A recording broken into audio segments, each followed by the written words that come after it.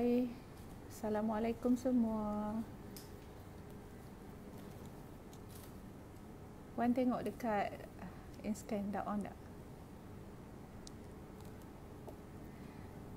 Assalamualaikum. Siapa yang dah masuk tolong share. Wan masuk? Siapa yang dah masuk tolong share-share. Hari ini saya nak berkongsi beberapa perkara tentang menguatkan diri di zaman COVID ni. Suara okey tak, Wan? Suara okey ya? Halo Wan Fazlina, share, sila share. Saya rasa macam agak ni ya. AI tak payah tu kan. Tengah adjust you all, sorry. Tolong share-share. Hari ini saya nak kongsi beberapa perkara tentang bagaimana cara untuk kita menguatkan diri untuk menghadapi situasi wabak coronavirus yang sedang berlaku sekarang. So, kalau tuan-tuan dan puan-puan tengok, kemarin saya appear dalam Awani secara live. Kemarin ke yang Awani? No, day kemarin kan? Kemarin saya appear dalam Awani, which is that is the first time saya live dalam TV, yang mana membuatkan saya quite panic.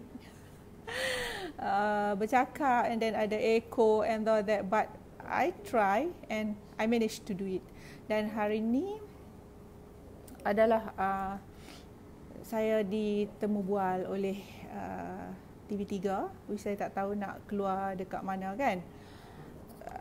By the way, kita tunggu sebab dia orang bertanya tentang apa yang boleh, apa yang saya rasa kerajaan perlu lakukan untuk membantu penternak ayam dan sebagainya.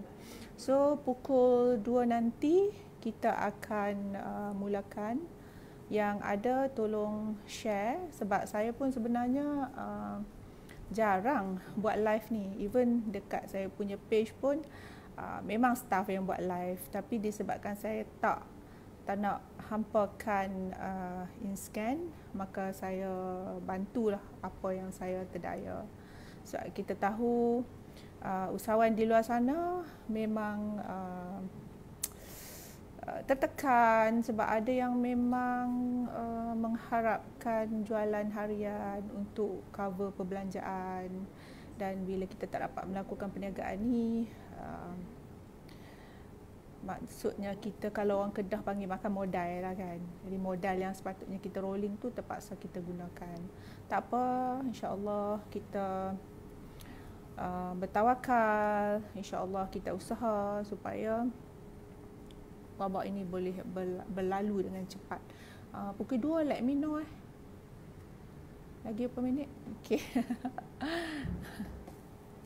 Mungkin ada yang dah kenal saya, mungkin ada yang dah tak kenal, jadi belum lagi kenal. So by the way, sebelum saya mulakan, kalau boleh dulu start, sebab banyak saya selalu memberi pesanan-pesanan di dalam Facebook saya, iaitu Mazlina Kamarudin MK, yang ada pakai spek hitam dan jaket biru tu.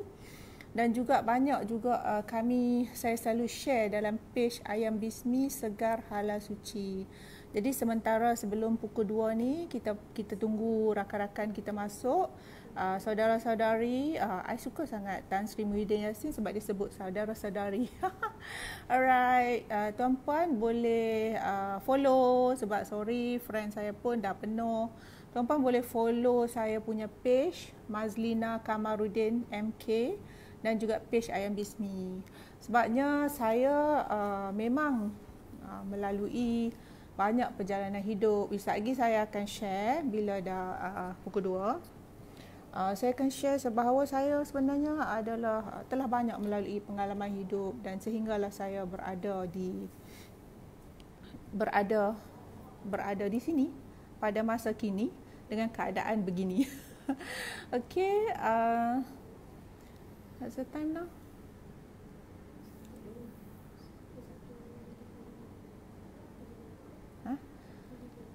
Oh, lagi 5 minit. Lagi 5 minit. Keep sharing. Keep sharing supaya lebih ramai orang tahu, lebih ramai orang faham bagaimana nak bertindak untuk kita mengatasi. Sebenarnya untuk kita nak selesaikan masalah, kita perlu kuatkan diri kita dulu. Kalau kita karam di lautan, memang tak boleh. Kita memang tak akan jumpa jalan untuk kita nak selesaikan masalah kita. Bila pernah saya terdengar satu cerita tentang Rasulullah, apabila ada seorang ibu tunggal datang bertemu dengan dia, baginda, ibu tunggal ni kematian suami, maka baginda menyelesaikan masalah wanita tersebut dengan macam mana dia menenangkan dulu, sebab baginda tahu dengan menenangkan seseorang itulah barulah kita boleh menyelesaikan masalah yang dihadapi. Hari ini saya akan bercakap tentang apakah tiga dipanggil foundation untuk kita menguatkan diri kita. Sempena dengan tajuk kita pada hari ini adalah menguatkan diri. Okey. Assalamualaikum semua. Cik Azizi, Umi Yusof, Nur Izma, Lia. Bolehlah nampak sikit-sikit kan, sebab saya pun letak agak jauh juga sebab nanti muka saya jadi terlebih besar. Hello my sister Rozia Muhammad. Hi. We gonna start soon. Demi tim Inscan, especially Cik Firdaus, Cik Parozia, maka saya berada di sini untuk bersama-sama dengan tuan-puan untuk memberi sedikit panduan. Macam itulah lebih kurang kan panduan. Saya pun tak sepandai mana. Jangan dicari kelemahan saya. Memang banyak kelemahan saya. Some people dia menonton live, dia nak lihat apa kelebihan, dia ni pun bukan terror macam mana sangat, tak. Sebenarnya banyak kelemahan saya. Kita semua ada kelemahan. Dan we gonna start soon. Dah okey dah.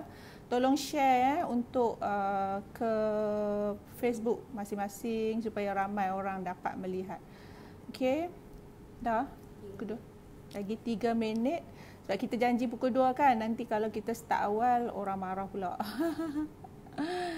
Dah lunch Cik Puan Rozia. I know you tengah diet sekarang ni. Wow.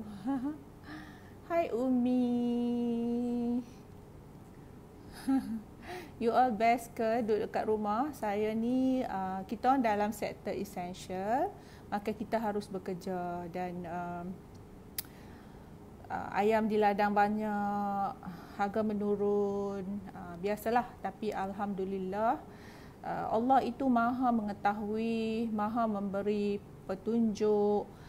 Saya walaupun saya terlibat dalam peniaga ayam dan harga ayam hidup turun daripada sebelum PKP 2020 RM5.40 sekilo, sekarang turun kepada RM3.20 dan harga masih turun. Okey, tetapi sebab Allah itu menentu segala rezeki kita, saya banyak pelanggan runcit. Makanya bolehlah saya pertahankan saya punya kerugian itu, maksudnya. Dan sekarang ni sebenarnya kepada Ayam Bismi, memang kita berada dalam keadaan tak sempat untuk proses freshly frozen chicken kita yang kita jual melalui ejen-ejen kita, 250 orang ejen. Hello, hai Kidin Ahmad. Ini toke apa ni, saya kenal. But I can't remember. Nur Aziah Az-Zahari. Okeylah, kita mulakanlah sebab dah ada 42 orang, pun tak nak buang masa. Perkenalkan diri saya adalah Mazlina Kamarudin. Okey, tadi Facebook saya, kalau siapa nak follow Facebook saya, Mazlina Kamarudin. Okey. Okey, cerita sikitlah tentang saya sebab nanti kan close the door guys. Nanti kan ada pula orang kata, siapa ni nak cerita pasal kekuatan diri, dia ni kuat macam mana sangat. Dan please you all boleh berinteraksi dengan saya. Hai Kirin. You all, hai Cik Yusaini. You all boleh berinteraksi dengan saya. Kalau sempat saya akan jawab. Saya nak cerita dulu tentang diri saya sebelum saya pergi kepada 3 langkah atau tiga perkara yang amat penting untuk kita menguatkan diri. Okey. Saya adalah seorang wanita, perempuan, nenek, semualah, semua kan. Okey. Saya Mazlina Kamaluddin. Currently saya adalah pengarah urusan kepada Bismi Empire. So di bawah Bismi Empire ni kita ada Bismi Cergas Senang Berhad yang mana dia menternak ayam, dan kita ada Ayam Bismi Senang Berhad yang mana ianya memproses dan menjual ayam melalui 13 outlet kita dan 250 ejen kita. Kita ada Naka Bio Life yang ada lab yang mana kita akan test dedak kita supaya tidak mengandungi sisa kindir and all that, mengesan awal penyakit ayam semua tu lah. And we have Ayam Bismi Food Senang Berhad which kita ada add value product macam kita ada chicken, sekarang kita ada chicken popcorn. Itulah lebih kurang pasal saya. Dan total trading untuk Bismi Empire Senang Berhad pada tahun 2019 adalah 155 juta. Okey, itu sekarang. Siapa saya dulu? Itu yang kita nak tahu. Kalau kita nak tahu sekarang, kita tak tahu dulu, saya tak boleh bercerita tentang kekuatan diri. Mana tahu saya pun just masuk company dah macam ni. Dah okey dah pun, dah memang bapak dia punya company macam tu. So tak payahlah sangat nak cerita pasal kekuatan diri, right? Okey. Saya adalah anak seorang petani. Dilahirkan di sebuah kampung yang bernama Kampung Peladang di Perlis. Saya adalah anak tunggal dalam keluarga saya, dan ayah saya adalah seorang petani yang dia tak ada traktor, kubota, kan masa zaman tu tak ada benda tu semua. Jadi dia hanya ada seekor kerbau dan ada untuk membajak sawah akan menggunakan kerbau tersebutlah untuk dia pergi mengambil upah membajak sawah. Okey. Saya ke sekolah dihantar oleh ayah dengan basikal. Basikal, kita tahu dulu kalau orang basikal pelantak besar. Kalau orang Perlis, orang Kedah panggil saya orang Perlis. Jadi masa tu ayah akan pagi-pagi pergi hantar saya ke sekolah. Saya masih ingat arwah ayah, mak dan ayah telah meninggalkan saya pada tahun 2016. Arwah ayah meninggalkan saya bulan 1, mak meninggalkan saya bulan 9. Okey, saya anak tunggal. Jadi arwah ayah bawa saya ke sekolah dengan basikal. Sekolah tu lebih kurang 2 km daripada rumah saya. Saya pergi ke sekolah, sepanjang saya ingat darjah 1 sampai darjah 6 saya tak pernah lewat ke sekolah. Memang saya akan datang sebelum masa belajar bermula. Dan apabila saya nak balik dari sekolah, bila saya keluar dari sekolah, ayah saya tak pernah tidak ada di tempat yang dia sepatutnya tunggu saya. Okey, walhal ayah saya mengayuh basikal tu balik ke rumah, ambil kerbau, ambil alat pembajak tu, pergi mengambil upah, dan ayah akan pastikan yang dia mengayuh basikal tu kembali untuk mengambil saya. Dan selepas itu saya saya masuk asrama darjah selepas darjah 6 tu saya terus masuk asrama. Saya duduk di asrama. Saya orang susah, memang saya orang susah. Saya tak mampu dan saya anak tunggal yang memang masa saya kecil ni saya diduga dengan kesepian, kesunyian, tak ada kawan sebab rumah saya ni duduk di kawasan bendang yang memang jauh antara satu sama lain. Jadi saya menghadapi semua tu. Kadang-kadang saya bertanya kenapa saya macam ni, orang lain nak boleh berkawan dengan adik-beradik sedangkan saya tak ada kawan. Dan saya terus mencipta dunia saya sendiri. Dah kita duduk seorang-seorang ni memang saya rajin bercakap seorang-seorang masa tu. Dan itulah mungkin sebabnya saya ni sampai kini saya memang boleh kalau saya nak bercakap depan publik dan sebagainya, nak cakap dengan orang dan sebagainya. Memang saya boleh. Okey, suara jelas tak? Minta tolong confirm siapa yang dengar suara saya jelas tak? Jelas tak? Please. Sorry saya tak dapat tegur ramai-ramai sebab saya nak cepat. You all pun ada tugasan masing-masing kan. Jadi seterusnya saya masuk asrama, ya saya ada kawan-kawan dan after habis saya belajar di di sekolah menengah tu, saya masuk ke ITM. Saya dapat ITM Shah Alam dan saya belajar di sana. Dan di ITM pun saya makan di Dewan Makan sebab saya mungkin ada dalam RM50 macam tu je sebulan untuk saya makan.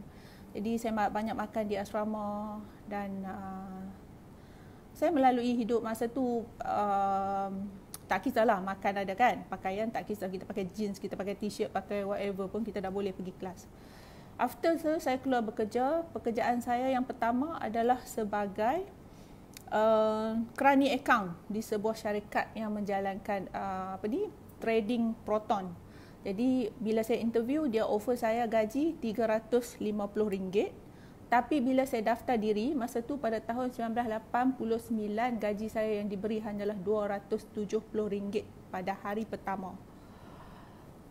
Saya kecewa, terasa ditipu, tapi saya tak layan kekecewaan tu disebabkan saya perlukan pekerjaan dan saya tak nak duduk di kampung dengan ayah dan ibu saya.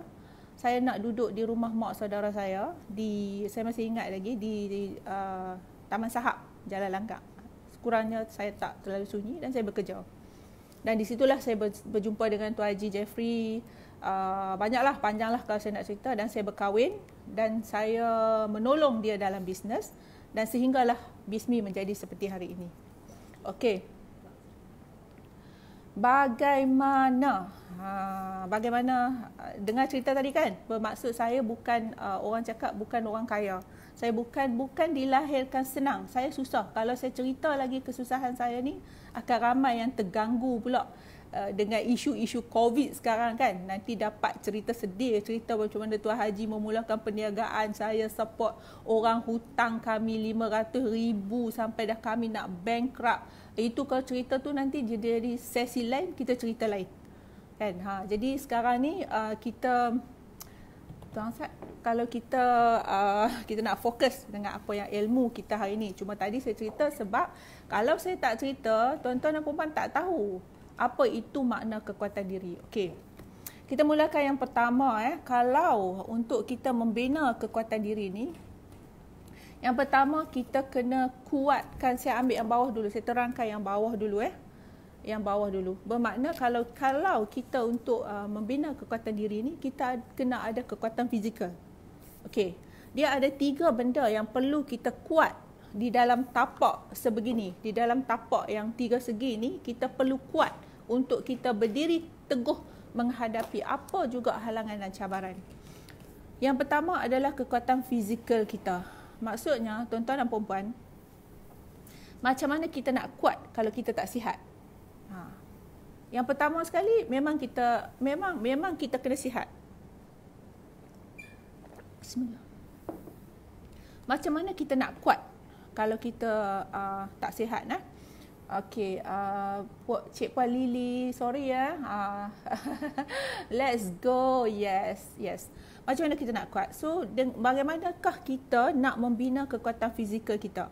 Yang pertama adalah kita senaman. Kalau yang suka sauna, kita makan real food, nasi, ikan, sayur, ayam, buah-buahan dan sebagainya. Sementara kita menghadapi wabak COVID-19 dalam keadaan begini, kita elakkan makan benda-benda yang badan kita susah nak kenal. Contohnya makan burger. Sorry lah kalau ada yang meniaga burger, sausage, nugget, ball and all that. Itu yang makanan-makanan berproses, terproses, yang mana badan kita susah nak kenal.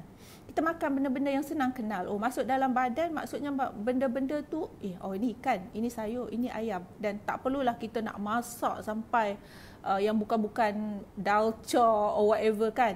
Just kalau saya sekarang, saya blend bayam dengan tomato, dengan nenas, kita minum.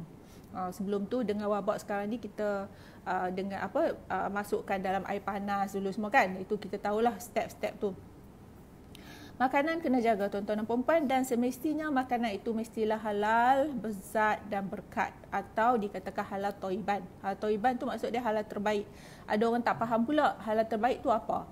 So halal berzat, tadi bila kita cakap tentang ikan dan sebagainya tu berzat dan berkat. Maksudnya makanan tu kena berkat, bukan makanan yang dicuri, bukan duit yang dicuri kita beli makanan tu. Contohlah, jangan ingat saya kata tu tuan-tuan mencuri pula. Okay.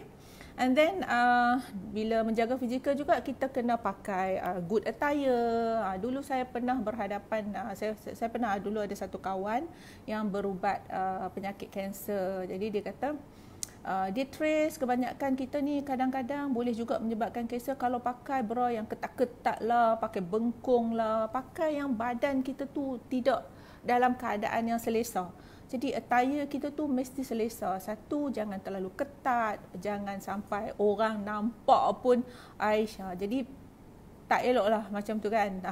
Tak adalah, saya bukanlah sampai kata nak cakap suruh pakai tudung labuh whatever, saya tidak pergi ke situ. Tapi attire kita tu mestilah selesa dan sesuai ya. Alright, okay. Saya rasa semua faham kan? Step yang pertama adalah untuk kita menguatkan diri adalah dengan menjaga fizikal, tubuh badan kita. Jangan merokok lah kan. Merokok tu kan menjahanamkan diri, okay? Saya takut lah you all tidur saya cakap ni kan pukul 2 kan. Setengah tu, baringlah sekejap, tak-tak, zup, hilang. Alright. Okay, yang seterusnya adalah kita memperkuatkan mental. Begitu.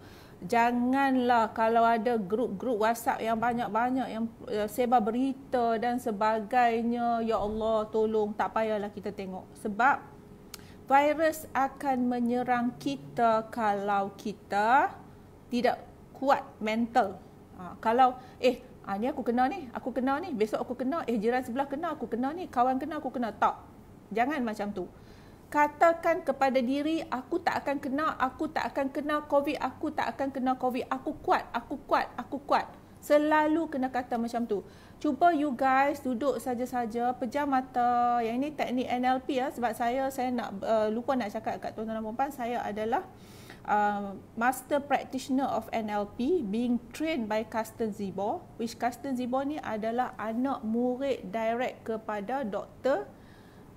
Richard Bandler di US. Saya pun hari itu memang akan pergi ke US sebenarnya untuk bertemu Richard Bandler, tapi belum saya pergi lagi.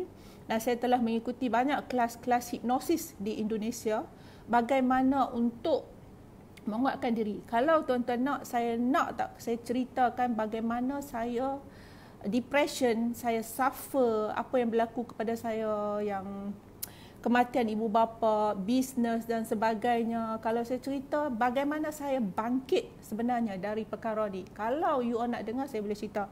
Kalau tak, saya tak akan ceritalah. Kan? Nanti panjang pula nanti. Pening pula inscan. Bagi buat live, panjang-panjang pula nanti. Alright. Baik ke tadi macam mana kita nak kuatkan mental, kita fikir yang sihat. Dan kita selalu fight. Kalau kita rasa ini yang kita boleh buat, macam ni, genggam tangan cakap, aku tak akan kena COVID, aku tak akan kena COVID. Lakukan. Jangan malu. Kalau jangan malu, jangan segan, sebab diri kita nak menguatkan diri kita. Orang tak boleh kuatkan diri kita, hanya kita. Suami kita tak boleh bantu untuk menguatkan diri kita. Tambahlah anak-anak kita, dia yang bergantung harap kepada kita. Pekerja kita tak boleh bantu menguatkan diri kita. Kita yang kena kuatkan diri kita. Wa imma kita ibu tunggal ke, Cik Kiah ke. Dah kan kemarin Cik Kiah kan. Cik Kiah dapat banyak duit tau. Betul Mak Cik Kiah? Okey. Kita yang kena kuatkan diri kita. Genggam tangan. Aku harus kuat. Aku tak akan kena COVID. Mental kita dulu perlu dijaga. Untuk menjaga mental, kita ada makanan-makanan yang menyihatkan, vitamin dan sebagainya. Macam sekarang ni kan, tadi saya lupa nak cakap tentang tubuh badan kan, digalakkan kita makan vitamin C, vitamin D. Rupa-rupanya ada satu doktor di India, saya terlupa nak quote nama dia, saya ada video dia. Doktor ni mengatakan kekurangan vitamin D3, iaitu kekurangan daripada cahaya matahari adalah juga penyebab kepada COVID. Jadi saya ambil D3 memang banyaklah setiap hari bila saya terbaca benda ni, dan kebetulan saya untuk saya keluar daripada depression yang pernah saya alami dulu. Saya diubati dengan izin Allah oleh Dr. Linda, kawan baik saya sehingga kini, dan saya masih mengikuti rejim hormon dan vitamin yang beliau sediakan. Kalau tuan-tuan tengok saya dulu, saya lagi pening daripada tuan-tuan dan perempuan sebenarnya. Saya bukan macam saya yang sekarang dulu. Jadi dengan bantuan Dr. Linda, dengan bantuan Allah Subhanahu Wa Taala, saya bangun sebab saya tahu saya mempunyai 300 pekerja yang harus saya jaga. Saya tak nak mereka kena mencari kerja lain, saya tak nak. Dan saya ada pelanggan saya berpuluh-puluh ribu, ratus ribu pelanggan yang saya kena serve ayam. Kalau saya jatuh, kalau syarikat saya jatuh, pelanggan-pelanggan saya mungkin akan terpaksa membeli ayam kepada orang bukan Islam. Saya berdosa. Itu saya tak nak. Okay. And then menguatkan mental juga, kita kena membaca buku. Raja-rajalah baca buku kan. Sekarang kita lagi kerja, kita kat rumah kan, baca buku. Okay, baca buku, jangan baca novel. Kalau baca novel sedih, nanti 3 hari 3 malam pula kita melarutlah dalam kesedihan tu. Saya dah kena dah. Hi Ati, my friend. Hi. Okay, next adalah kita berkawanlah dengan orang yang baik-baik kalau kita nak mental yang sihat. Kalau kita ada grup ramai-ramai WhatsApp tu, keluarlah. Tak payahlah banyak-banyak sangat. Hari ni cakap jiran aku kena COVID, hari ni kena kanser, yang ni rimas kita. Tambahlah kita tak boleh keluar ke mana-mana kan. Kita ada di rumah. Hai ya, Cik Kai, Makcik Kiah gitu. Okay, next adalah kita menguatkan roh kita. Yang di atas kali ni ya. Dia sebenarnya dia bukan kira atas bawah, dia macam ni. Saya katakan bahawa untuk kuat ni kita kena ada 3 fundamental ni. Begini, dia bukan puncak begini tak. Kita kena kuat. Okey. Bercerita tentang roh Saya nak ceritakan, okey, apa itu menguatkan roh? Okey. Yang pertama, menguatkan roh adalah dengan kita solat, kita zikir, kita baca Quran. Okey? Faham? Tahu kan macam mana kita nak menguatkan roh itu, semua orang tahu kan. Maksudnya kita dekatkan diri kita kepada Allah. Saya cerita satu kes di mana kawan saya kenal dah berpuluh-puluh tahun, dan diduga oleh Allah Subhanahu Wa Taala dia terkena COVID. Dia terkena COVID-19, dia adalah ahli tabligh. Dan dia handle jemaah yang selepas daripada dia orang ada khusus ijtima' di Seri Petaling tu, jemaah tabligh daripada Bangladesh ni datang ke masjid di Kedah ni, dan dia yang handle. Dia pergi hantar makanan, ya betul, vitamin D3, minyak ikan dan semua itulah. Okey, dia duk pergi hantar makanan dekat Bangladesh, ahli tabligh Bangladesh ni, dan dia kena COVID. Okey. Dia pergi test, dia tak lari. Bila dia orang kata, okey, ahli tabligh semua diminta pergi test, dia pergi test. Bila dia pergi test hari Sabtu, dia dapat panggilan telefon hari Isnin, dia positif COVID. Doktor beritahu dia akan diambil, jangan ke mana-mana, ambulan akan datang ambil dia di rumah. Okey, dan dia pun ambulan datang ambil dia dengan kawan dia, dibawa pergi ke hospital lama di Alostar. Duduklah dia dengan kawan dia di situ. Dia masuk hospital, 2 hari lepas tu dia ditest semula dan masih grey, antara positif negatif. Of course tak dibenarkan keluarkan. 2-3 hari lepas tu ditest lagi positif. Negatif dah. Tak ada apa. Tak keluar lagi, tak boleh keluar lagi ya.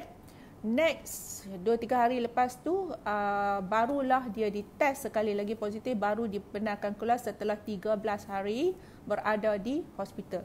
Tuan-tuan nak tahu tak? Tuan-tuan perempuan nak tahu kenapa saya nak cerita benda ni? Dia mengatakan kepada saya, dia bersama kawan dia ni, mereka tidak ada langsung tanda-tanda yang mereka mengidap COVID. Selain daripada result yang positif tu. Maksudnya, mereka tak ada batuk, mereka tak ada demam, mereka tak ada sesema, mereka tak ada sesak nafas. Cumanya ujian tu saja yang positif menyebabkan mereka ditahan. Hari-hari doktor datang, cek, okey 36, tak demam, okey batuk tak ada, semua tak ada, okey bagi makan macam biasalah, duduk macam biasa.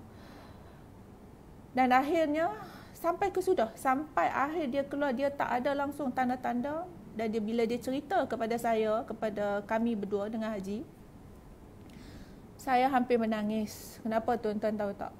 Sebab saya tahu dia adalah orang yang sangat kuat, rohnya sangat kuat. Dan COVID walaupun dia berada di tubuh badan kita, tetapi kalau roh kita kuat, mental kita kuat, fizikal kita kuat, dia tak akan boleh invade kita. Dia tak akan boleh menakluki kita. Percayalah tuan-tuan dan puan-puan. Saya ada sampel dan hari ini saya minta kepada tim TV3 yang datang berjumpa saya. Saya kata tolonglah tuan pergi cari kawan ni buat story untuk orang lain dengar.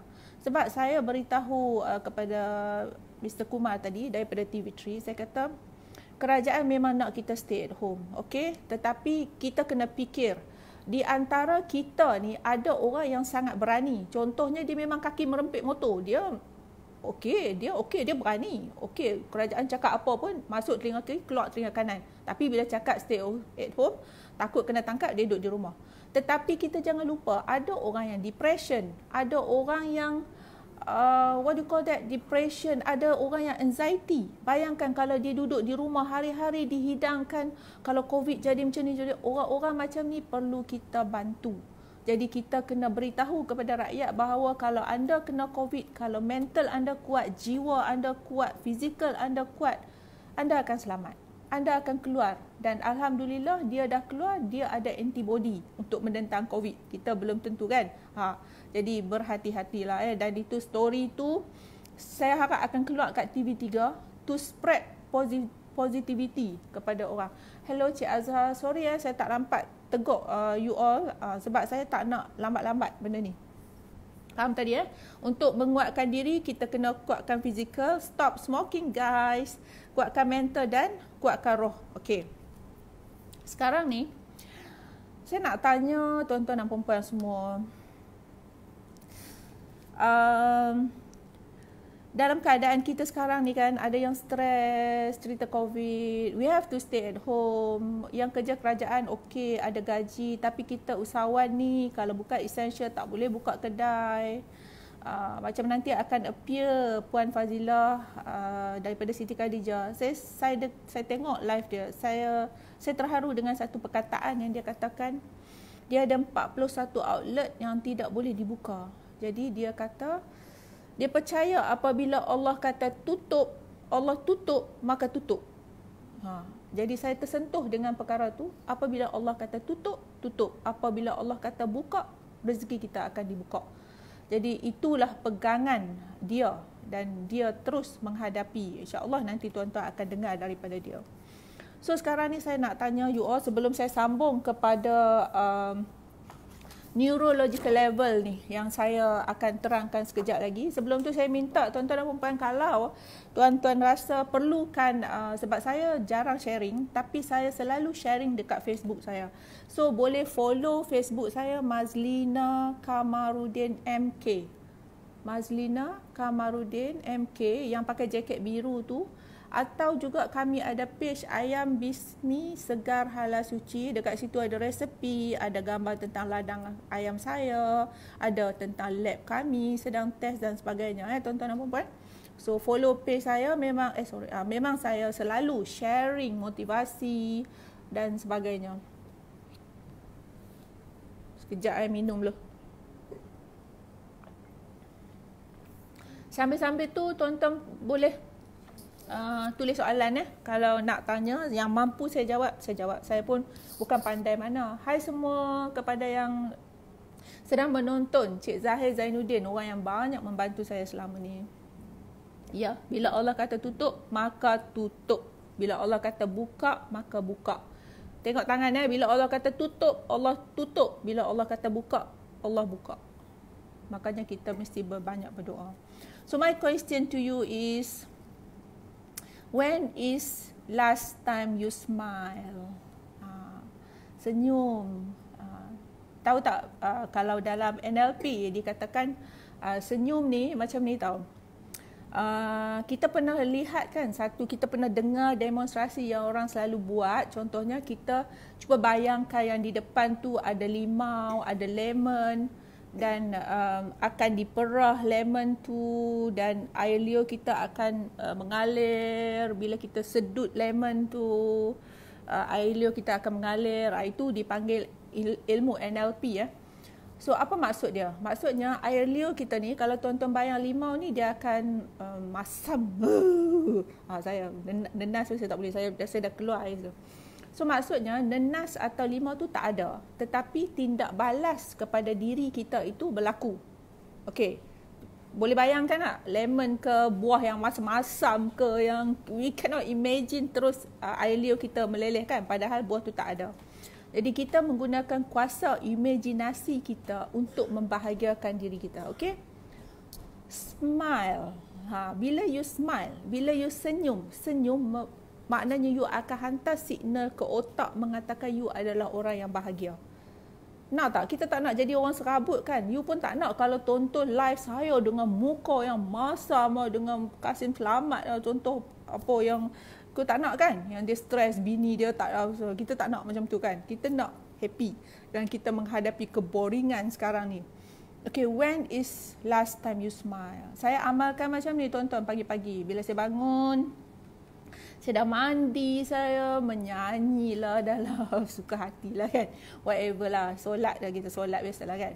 And then saya akan saya suka lagu Indonesia, lagu cinta, whatever lah, nama apalah penyanyi-penyanyi Indonesia adalah Firman lah, apa semualah.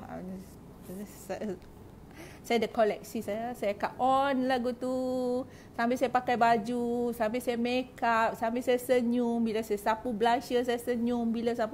Saya memang, kalau Tu Haji ni dah biasa dengan saya lah. Kalau orang tengok saya mungkin orang rasa pelik lah. But that apa yang I buat. So senyum. So when is last time you smile? And when is last time you laugh? Kita macam ketawa dengan kawan masa college dulu, kita tak ada masalah. Weh, hang aku, gelak. Kadang benda kecil pen jatuh pun kita boleh gelak tak tentu hala kan. When is last time you laugh? Tanya balik diri you. Sebelum kita sayang orang lain, kita kena sayang diri you. When is last you buy contohnya gold for you, baju for you, beli vitamin, appreciate diri you, tanya diri you. Sebab benda-benda ni, janganlah cakap kalau saya pernah satu masa dulu saya nak berjuang, ayam halal sampai saya lupakan diri saya dan akhirnya badan saya stres.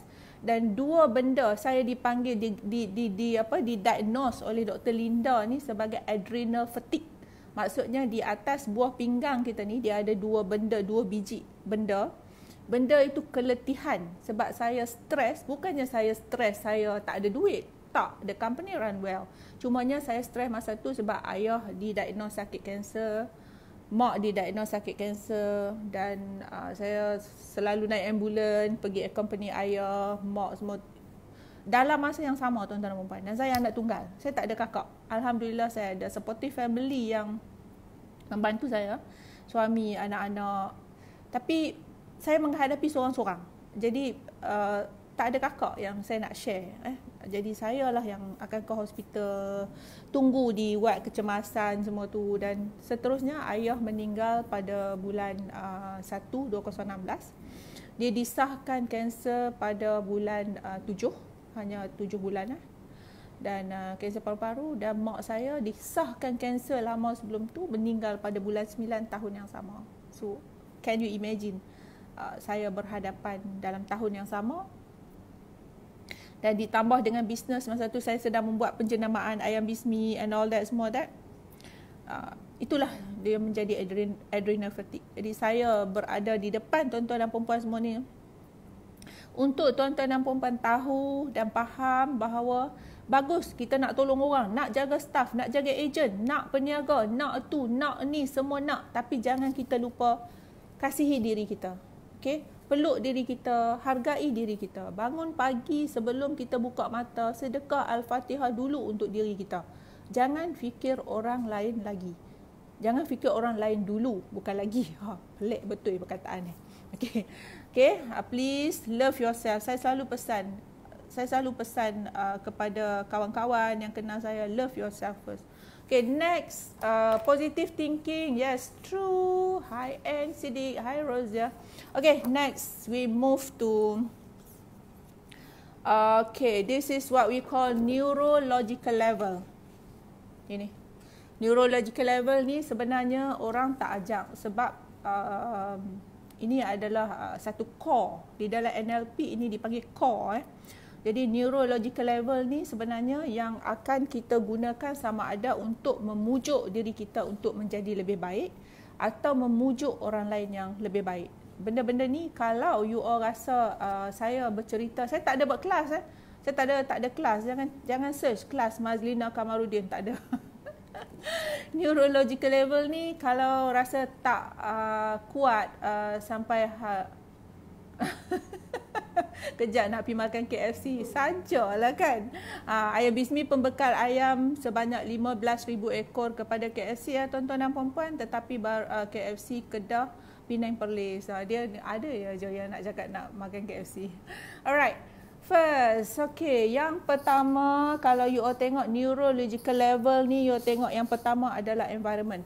Neurological level ni adalah macam mana you sebagai diri you sendiri untuk you berubah menjadi orang yang lebih baik atau you nak pujuk pekerja you, staff untuk menjadi yang lebih baik. Okay? Yang pertama adalah kita ubah environment. Yang bawah sekali tu environment Siapa nak capture screen or whatever, boleh capture screen Okey. Yang pertama, apabila kita ingin menjadi seorang yang berjaya, okey, kita kena ubah environment. Itu langkah kita yang pertama. Apa tu ubah environment? Contohnya, kita nak berniaga, kan? Tapi kita tinggal di kampung. Jadi kita kena ubah environment kita, pergi kepada tempat yang lebih ramai, pergi tinggal di pekan ke, di kawasan-kawasan perniagaan ke, contoh macam tu, ubah environment.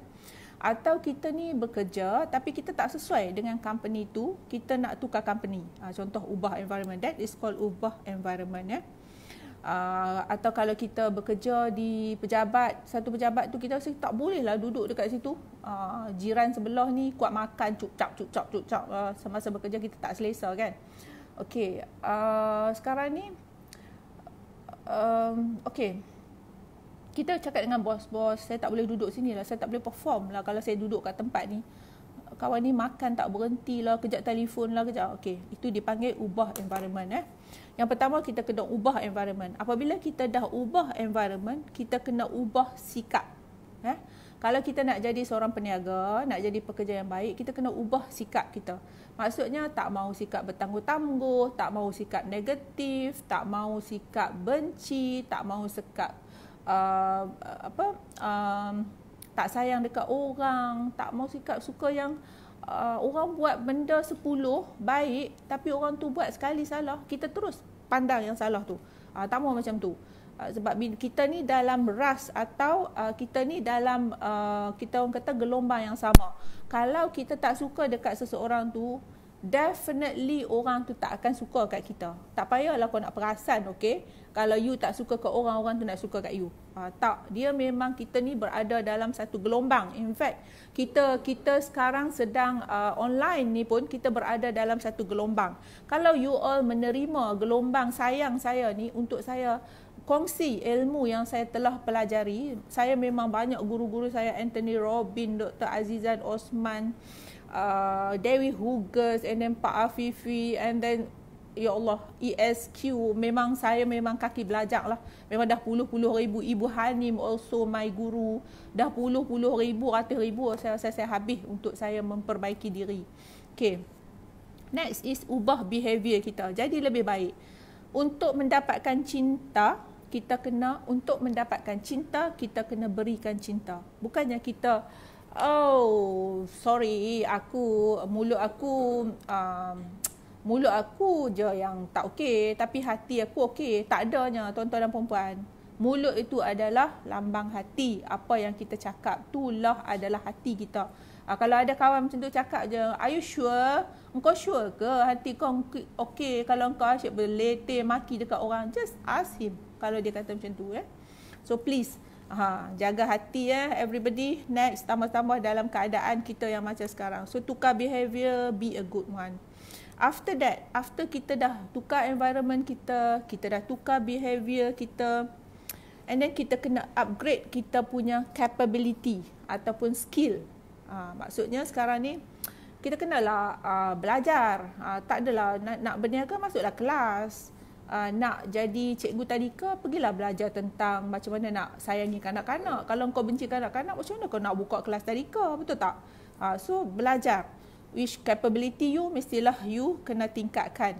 Kena belajar. Belajar banyak cara. Tak perlu masuk kelas pun boleh belajar. Banyak aja YouTube kalau you nak belajar tentang apa saja, semua ada. You boleh baca buku. Tapi kalau you rasa I need to go to class, sebab pergi kelas ni kadang-kadang kita ada kita panggil apa? Kita akan ada kawan-kawan circle.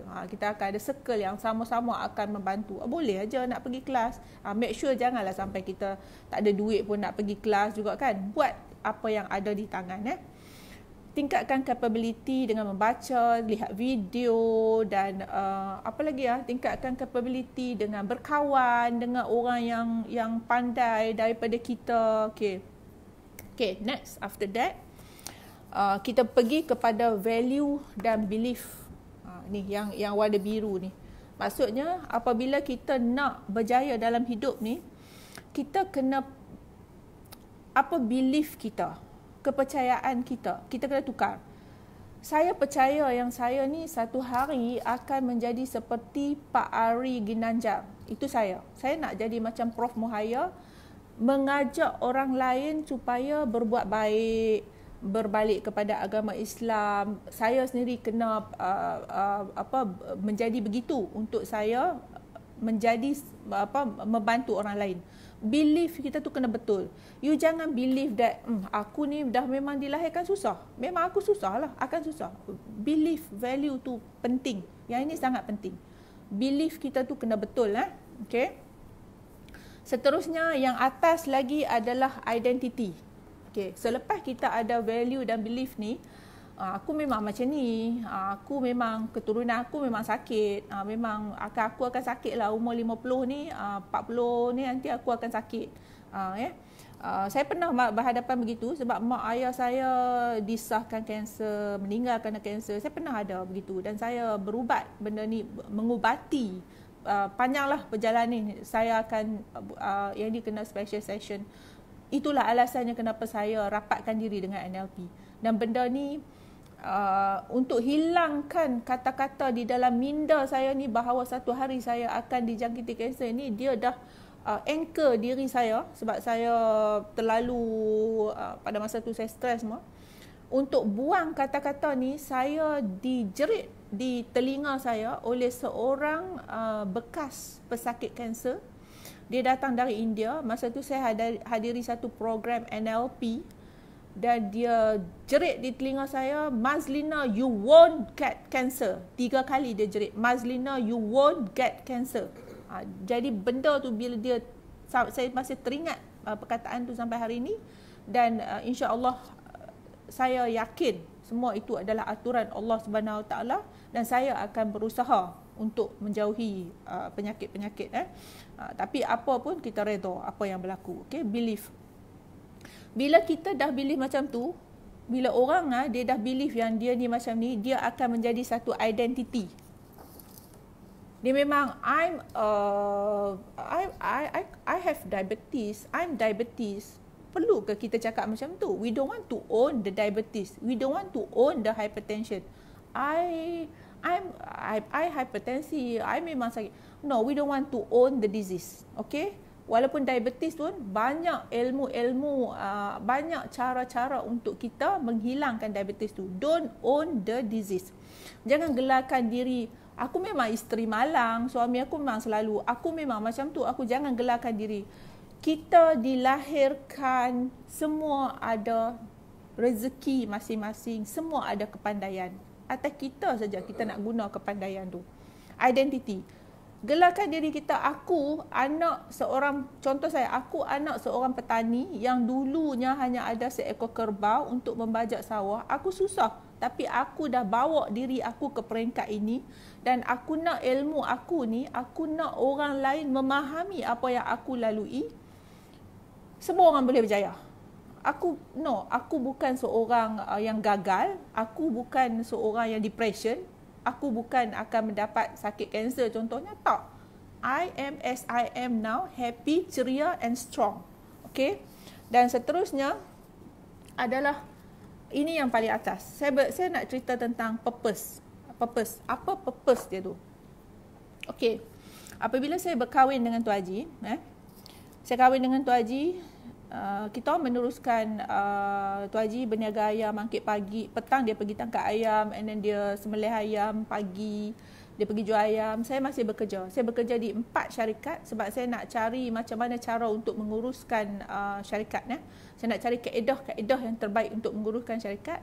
Dengan 4 syarikat yang saya bekerja inilah saya terapkan kepada Bismi Empire dan kita kembangkan dengan masukkan lagi pakar-pakar yang lebih pandai, dan itulah Bismi Empire sekarang. It is a 4 blend strategy cara manage company daripada 4 company yang pernah saya bekerja. Okey. Bila saya lepas tu saya berhenti kerja, dah sampai anak saya besar, saya berhenti kerja. Bila saya berhenti kerja semua tu, saya fokus bisnes dengan Haji, tapi saya menjalankan tanggungjawab. Saya bekerja dengan Haji. Saya tak tahu apa purpose saya. Okay? I don't know. Apa purpose? Okay, jual ayam lah. Ada duit lebih, kita beli rumah, kita pergi travel. Tapi saya tak ada banyak beli rumah. The best, I'm lucky sebab bila ada duit, I beli tanah dengan Tuan Haji, dan daripada tanah tu, kita akan bina ladang. Macam itulah lebih kurang. Saya tak tahu apa purpose saya. Saya pun seperti biasa bangun, I know I kena cover check and all that, kena buat business, macam tu kan. Normal lah kan. Siapa business pun macam tu. You all kalau kerja business pun macam, mesti ada kehidupan seharian. Sehinggalah pada tahun 2016, saya masuk ke dalam kelas Dr. Azizan, dan dia kata kepada saya satu perkataan yang saya ingat sampai hari ini. Mazlina, dia kata, Allah Ta'ala bagi you kelebihan. You ada perniagaan ayam, you ada kesihatan, you ada ladang ayam, you ada perniagaan, you ada everything. Kenapa you tak jaga makanan orang Islam? Kenapa? Apa you ada purpose tak dalam hidup you? You berdosa kalau you tidak menjaga makanan orang Islam, terutamanya ayam. Daripada situ saya tersentuh, dan alhamdulillah beliau telah berjaya menyedarkan saya. Saya tak nak cakap tentang kalau ada orang kontroversi dengan dia ke apa, saya tak nak sebab bagi saya orang yang dia ada 1 sehingga 10 bagi saya. Kalau dia membuat 2, 3, 4, 5 kebaikan, saya akan pandang kebaikan. Yang kita ni dah matang tau semua. Jadi kita pandai bagaimana kita nak melalui, nak nilai benda ni, nak olah. Bila saya dengar, saya terkejut, dan dari situlah saya sedar. Dan saya menukar doa-doa saya bahawa saya katakan, Ya Allah, jika ini adalah jalan perjuanganku untuk menegakkan agamamu. Saya cakap macam tu selalu dalam doa saya, bantu aku ya Allah. Dan di dalam doa saya sangat simple. Saya berdoa kalau tentang ayam bismi ni, saya berdoa, Ya Allah, ayam bismi ni aku serahkan kepadamu. Sesungguhnya aku lemah, aku tak tahu, aku tak pandai untuk menguruskan syarikat, aku serahkan kepadamu. Itu doa saya setiap sembahyang. Dan sebab itulah bila tiba membayar zakat, contohnya untuk tahun 2019 kita bayar 200,000 zakat, 200,000 ringgit kepada lembaga zakat. Sebab itu adalah saya menganggap Allah Subhanahu Wa Taala ini adalah juga shareholder atau partner kepada saya dalam perniagaan. Itulah perasaan saya. Jadi di samping zakat itu, kita pula mengubah sebuah masjid bernilai 150,000. Kita kena buat sebab yang bagi idea dan semua ni adalah Allah Subhanahu Wa Taala. Jadi dari situlah bila saya sedar, ya Allah, tidak Allah jadikan aku ini sia-sia. Kenapa Allah tak jadikan orang lain sebagai toke ayam? Kenapa Allah jadikan aku? Kenapa aku jadi toke ayam? Kenapa aku terpaksa melalui pengalaman perjalanan ditipu 500,000 oleh orang yang berhutang dengan aku? Aku hampir bankrupt bersama Tuan Haji. Ya Allah, banyak sangat benda yang aku menghadapi kecaman kadang-kadang dengan orang yang tak faham. Dan I tahu tekanan-tekanan itu semualah menyebabkan saya menjadi saya sekarang. Dan saya nak tuan-tuan dan puan-puan tahu di mana saja you all berada, berjawatan sebagai apa, you all ada tanggungjawab atau purpose masing-masing. Dan kalau you all yang ada staff, bila bercakap dengan staff, beritahu mereka, you berada bersama saya, apa purpose you? Kita ada, tuan-tuan, kita ada dekat muka bumi ni kan, contohlah, kita kan selalu dikata dunia ini hanya pinjaman mencari bekal. Ini bukan pantun, bukan nasyid, bukan lagu. Saya lagi ingat ada pantun kat sini pula. Sebenarnya ibarat dia macam mana tuan-tuan dan puan? Kita nak pergi Australia kan? Katalah, Allah sedih lah pula cakap nak pergi Australia kan? Sekarang kan PKP. Tak apalah, kita happy-happy kan? Anggaplah PKP ni tak ada kan? Kita nak pergi Australia. Lagi sebulan kot, kau nak beli ubat apa, nak standby, nak kot lah nanti kau sejuk kat sana, batuk ke whatever kan, mahal tau ubat kat sana, bla bla bla kan.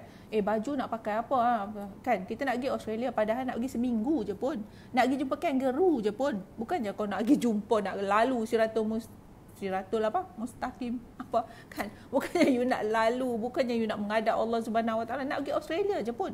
Persediaan saya ada grup WhatsApp ni, kalau 5 orang nak pergi ni, kita nak bawa apa, kita nak pergi apa, nak bawa bekal dah, beras tak boleh bawa ke Australia kan, nak pergi Australia, macam-macam. Tetapi pernah tak kita sedar, kita sekarang berada di dunia adalah untuk mencari bekalan untuk akhirat. Apa yang kita buat sebenarnya, apa yang kita buat sekarang adalah bekalan, menyediakan bekalan. Allah menjadikan kita untuk beribadat kepadanya dan juga untuk kita menjadi khalifah. Jadi cukup tak bekalan yang dibawa? Inilah yang kita sentuh tentang yang puncak sekali, purpose ni. Kalau tanya saya, puan, purpose puan apa? Saya cakap, saya senang je, saya nak mencari cinta kasih Allah. Tuan-tuan dan puan-puan, kalau kita, suami sayang kita pun nak apa semua dia bagi. Ayang nak makan apa? Jomlah, bla bla bla semua kan. Birthday kita lagi 8 hari, dia dah tempah kek dah, sebagainya, nak buat surprise dah. Tuan Firdaus Azharuddin, dia kalau birthday kan, Puan Rozia kan, birthday dia siap lah, dia nanti akan celebrate anniversary semua kan.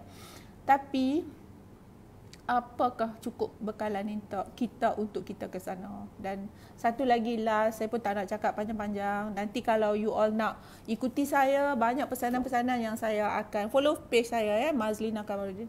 Saya nak tanya satu soalan lah. Kalau tak faham neurological level ni, nanti saya nanti saya akan terangkan lagi lah dalam sesi seterusnya. Saya nak tanya lah tuan-tuan dan puan-puan, kalaulah dengan virus COVID ni tidak mampu menyedarkan kita, kita nak virus apa lagi? Dah teruk sangat dah sekarang. Kita nak virus apa lagi?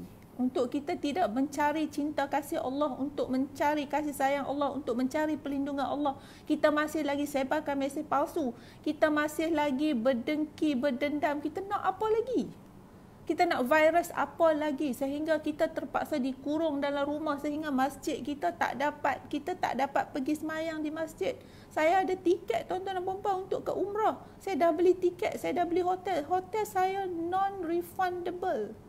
Melebihi 10,000 harga hotel yang saya tempah di Mekah. Sebab saya memang setiap tahun akan pergi umrah di bulan Ramadan, tak pernah miss semenjak 10 tahun yang lalu. Kecuali last year saya tak pergi sebab saya pergi haji.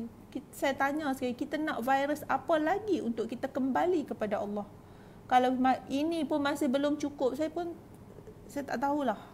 Itulah yang saya rasakan sekarang. Dan saya rasa cukup dulu setakat ni. Ya betul, purpose mencari cinta dan redha Allah. Cuba bayang Allah sayang kita. Kalau suami sayang kita, ya Allah, macam-macam kita dapatkan. Kalau Allah sayang kita, saya kan, tuan-tuan dan puan-puan, bila saya serahkan semuanya kepada Allah, saya ada satu cerita, saya nak cerita lagi kalau ada orang yang nak dengar. Saya berada dalam satu keadaan yang saya risau. Saya risau 300 pekerja saya risau tu, saya risau ni, saya risau. Jadi saya pergi kelas hipnosis bersama Dewi Huges. Dia cakap dekat saya, dia memang seorang pakar hipnosis. Dia kata, ibu, kenapa ibu mas jauh-jauh datang ke sini? Dia tanya saya. Saya cakap, saya nak mencari satu kekuatan. Saya cakap, saya risau pekerja saya begini, takut kalau perniagaan saya salah membuat keputusan, perniagaan saya akan efek dan sebagainya. Saya cakap, saya nak mencari satu. Saya risau, saya bimbang. Okey, Dia suruh saya pejam mata, bertenang. Ibu Mas, pejam mata, tarik nafas. Dia kata, Ibu Mas, pertama dia sebut, dia adalah seorang mu'alaf tau Dewi Hugas ni. Pertama dia sebut, Ibu jangan mengambil kerja Allah. Ui, saya malu hang mu'alaf cakap macam tu kat aku pula. Okey, saya tengah pejam mata kan. Ibu jangan mengambil kerja Allah, serahkan semuanya kepada Allah. Dia cakap kat saya, Ibu angkat tangan, buka. Bayangkan semua kerisauan itu, semua masalah ibu itu berada di atas telapak tangan ibu. Dan ibu bayangkan Allah mengambil semua bebanan-bebanan yang ibu ada tu. Dan ibu jangan lupa, kalau 300 pekerja ibu yang ibu ada, mereka ada ibu bapa yang mendoakan rezeki mereka. Maka secara tidak langsung, syarikat ibu juga didoakan. Mereka ada anak-anak, mereka ada isteri, mereka ada saudara mara, dan ibu ada pelanggan-pelanggan ibu yang mendoakan supaya bismi ini terus kekal. Allahu Akbar. Dan semenjak hari tu saya, kalau macam baru ni saya pergi haji, di Padang Arafah saya buka tangan saya, ya Allah, saya beritahu, ya Allah, saya pohon ambillah semua urusan-urusan kehidupan saya, urusan bismi cergas, urusan ayam bismi dan sebagainya. Ya Allah, aku makhluk yang lemah dan aku tak akan mengambil tugasan. Dan semenjak itulah saya menjadi tenang dan saya yakin dan faham. Dan saya berada di bisni, kadang-kadang saya tak sangka datang tim yang macam-macam. Ada yang untuk social media, ada yang untuk membantu saya. Contohnya ada saya punya special officer ni, seorang yang sangat minat dalam bidang marketing, Wan Fazlina. Jadi banyak yang datang, ada yang pakar dalam bidang sale, ada yang pakar dalam bidang elektrik, ada yang pakar dalam bidang mekanik, dan kami menubuhkan mekanik kami sendiri, menubuhkan tim elektrik kami sendiri. Which benda yang saya tak sangka. Dan sekarang ni Bismi adalah independent. Itulah. So start daripada sekarang, saya rasa cukup dulu setakat ni apa yang saya cakap. Saya mohon, saya rayu tuan-tuan dan puan tak guna kalau tuan-tuan tulis berkajang-kajang berjela kalau tuan-tuan tak bertindak. Kalau pun ada orang yang tak menulis tapi orang itu bertindak, insya-Allah dia akan berjaya. Carilah cinta kasih Allah, itulah kehidupan kita, berbaliklah kepada situ. Saya bukan pandai sangat ni, tapi okeylah sebab saya cuba, sebab saya tahu tuan-tuan dan puan perlukan input. Ada tak apa-apa soalan lah yang saya boleh jawab sekejap? Purpose mencari cinta dan redha Allah. Yes, betul. Ya, Opah Heritage best, urutan tradisional. Bila nak urut I? Okay. Thank you guys. Suara pun dah nak habis dah. Kan nanti jadi kita appeal lain. Nanti kita minta in-scan untuk buat lagi. InsyaAllah kita akan sharing lagi ya. And hi. Thank you guys. Please guys, bertindak sekarang. Don't procrastinate. Kita bukan orang yang lemah. Kita bukan orang yang tidak berjaya. Tadi saya cakap tentang identiti. Kita adalah orang yang berjaya. Kita dilahirkan pintar, pandai. Kita ada rezeki kita sendiri. Jangan takut. Teruskan perjuangan, teruskan. Okay, thank you guys. Assalamualaikum.